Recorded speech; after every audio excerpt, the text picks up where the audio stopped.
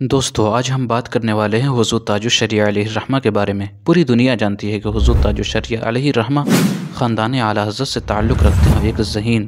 اور فطین اور قابل آدمی تھے۔ حضور تاج الشریعہ علیہ الرحمہ ازہری تھے۔ ان کی کچھ کتابیں ہیں جو میں آپ کے سامنے پیش کرنے جا رہا ہوں۔ ایسے تو انہوں نے بہت ساری کتابیں لکھی ہیں، اردو میں ہو، فارسی میں ہو یا کہ عربی میں، لیکن اردو کی چند کتابوں کا میں آپ کے سامنے تعارف کرانے جا رہا ہوں۔ ہجرت رسول صلی اللہ علیہ وسلم، آثار قیامت، ٹائی کا مسئلہ، حضرت ابراہیم کے والد تارخ یا ازر، یہ مقالہ ہے۔ ٹی وی اور ویڈیو کا آپریشن، معاشرتی حکم، شرح حدیث نیت، سنو چپ رہو، دفاع کنز ایمان، الحق المبین، 3 طلاقوں کا شرعی حکم، کیا دین کی مہم پوری ہو چکی، جشن عید میلاد النبی، سفینہ بخشش، یہ شاعری کی کتاب ہے۔ تبصرہ بر حدیث افتراق امت،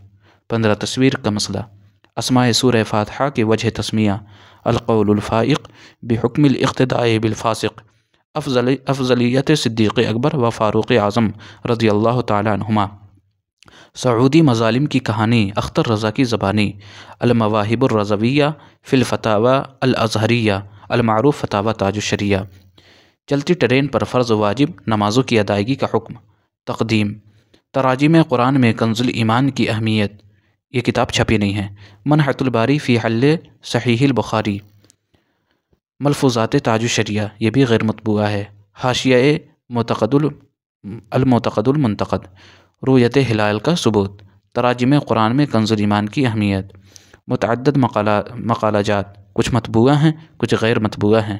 اور ایک کتاب ہے ایک غلط فہمی کا ازالہ۔ اس کے علاوہ بھی حضور تاج الشریعہ علیہ الرحمہ نے عربی میں اور فارسی میں کتابیں لکھی ہیں، لیکن جو نام مجھے دستیاب ہوئے ہیں میں آپ کے سامنے رکھ دیا۔ اللہ تبارک و تعالیٰ سے دعا ہے